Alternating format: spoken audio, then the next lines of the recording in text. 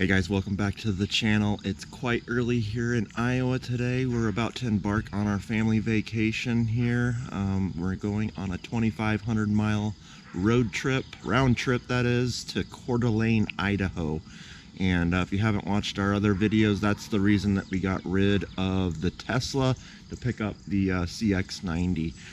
It was going to take us 5 hours just on the way out in charging time with the Tesla, and I just don't have the patience for that. So we're going to take you along for the ride and report back on how this new CX90 does on the long road trips. So stick with us.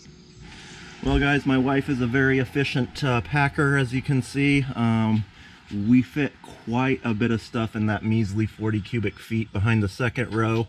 Got everything we need for 4 people for 6 days. If you need to use that third row though, you're probably gonna need a roof rack carrier or something else because this thing is full for 4 people.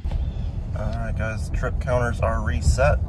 We are off on our 2,500 mile road trip.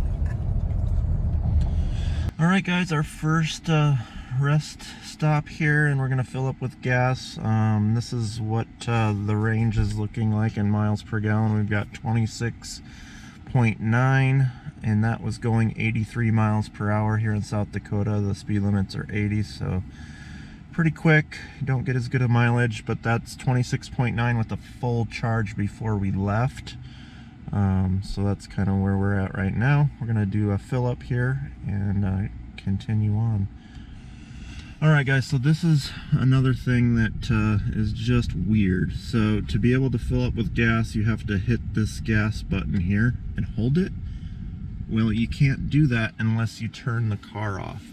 And unless you hold that gas button, you cannot open the fuel door. So we have to shut the car off. We can't leave it running for the passengers.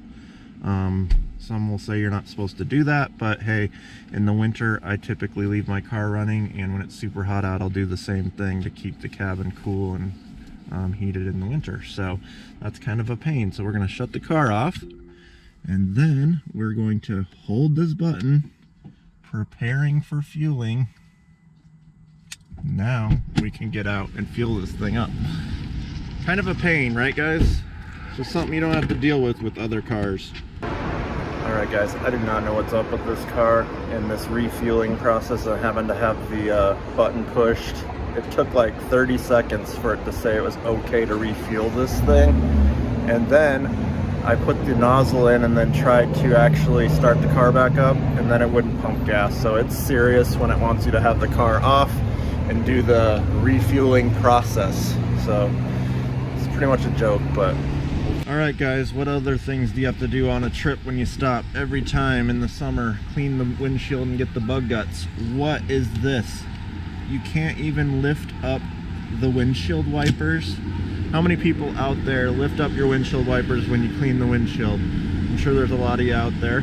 And then what about the wintertime? In the cold states, a lot of people will lift up their wipers and leave them up when it's gonna ice or freeze overnight. And you can't do that. Come on, Mazda. Come on, Mazda. There it is, guys. The Yellowstone Dutton Ranch. How cool is that?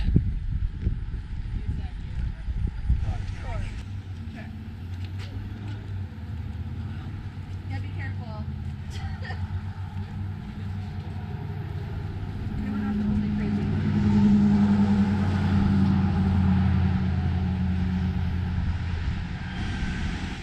Alright guys, we are on to stop number 2. We've got another 200 miles in the books. This time it was on straight gasoline, and we reset everything here. So 83 miles per hour with not much wind, and we're only getting 22.5 miles per gallon. So when you get up in those upper speeds, you are not going to get the 25 mile per gallon highway rating. So that's where we're at for right now.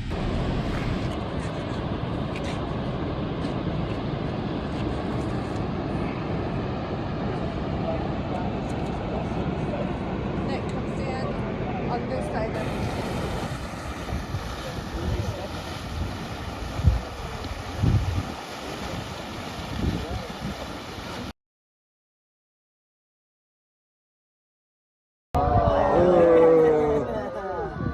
that's worth it for your 90 minutes.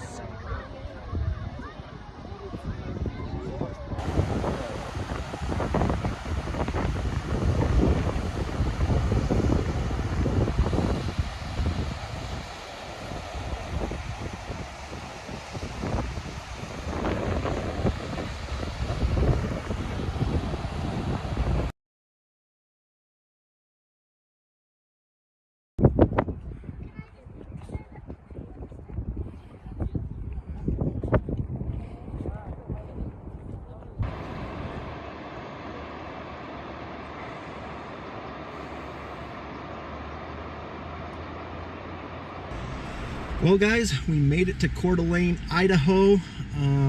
Lots of gas-powered driving. I would say we probably averaged around 25 miles per gallon if you combine it all together. Going 80 plus miles per hour didn't help the range, but the times that I was going in the 70s, I could see definitely hitting the 25, 26 miles per gallon on the highway.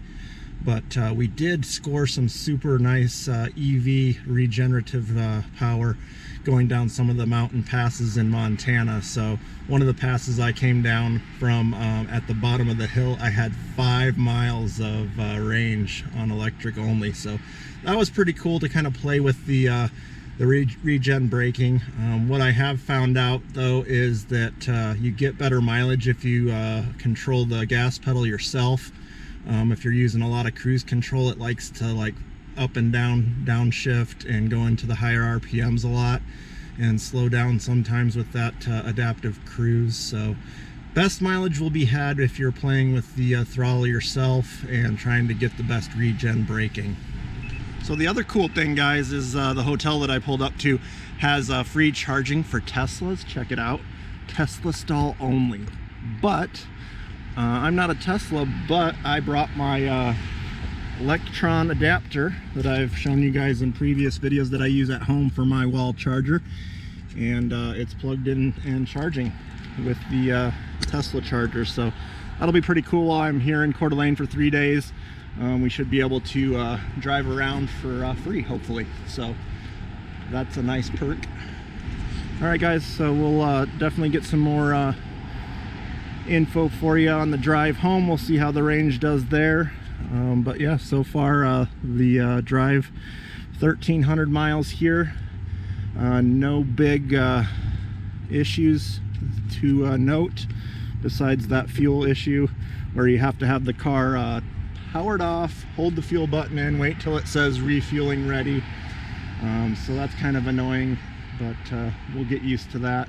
And the only other thing I can think of is the adaptive cruise likes to flake out around corners.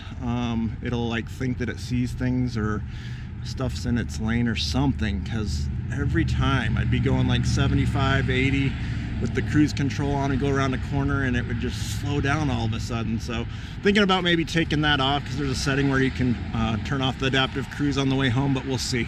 So all right, guys, we made it back to Iowa. 2,900 miles round trip for this vacation in the CX90 PHEV. We did learn a few things along the way about driving this thing long distance. As you saw earlier in the video, the refueling process is kind of aggravating. You have to have the car turned off and hit that fuel door button to be able to actually refuel this thing. And then just a couple other things. We did find out that the cruise control, the adaptive cruise, it is not very good on this thing. It kind of freaks out when you're trying to pass people in corners, and I know other people have complained about this already. So I'm going to show you quick in the settings how you can turn off that adaptive cruise to fix that problem. So you go into settings, safety settings, there we go. So driver assistance system, and it's this one right here, Mazda radar cruise control. And what I found out on the long trip is every time you shut the car off, you have to go back in and uncheck that if you want it to not use the adaptive cruise. So that is very annoying that you have to do that every time. It doesn't remember your setting. So yeah, that's one setting that you may want to turn off if you experienced that same issue that I did. And one other setting that I will tell you about is the emergency lane keep assist that comes with the PHEV. The PHEV does not have traditional lane keeping where you can take your hands off the wheel. This is just an emergency lane keep assist. So you go into collision avoidance under the safety settings, and it's this top one, lane keep assist system. We ended up turning that off because what would happen every time you would try to switch lanes without using your turn signal, it would actually try to take control and kind of bump you back into the lane you were in. So I mean, most of the time I use my turn signal, but you know, when you're on a long trip, that you don't always want to do that. So we unchecked that button right there. And the good thing on that one, it does stay even when you shut the vehicle off. So why the adaptive cruise doesn't, I don't know. So just a couple settings that may make some long driving a little better for you. All right, so a recap on the things that we learned on the long distance drive. The fueling is a pain. You can't lift up the windshield wipers completely. The adaptive cruise control is flaky in corners for sure. The lane keep assist emergency system is just a pain, so we turned that off. Other than that, it did do very well, very comfortable driving those long distances.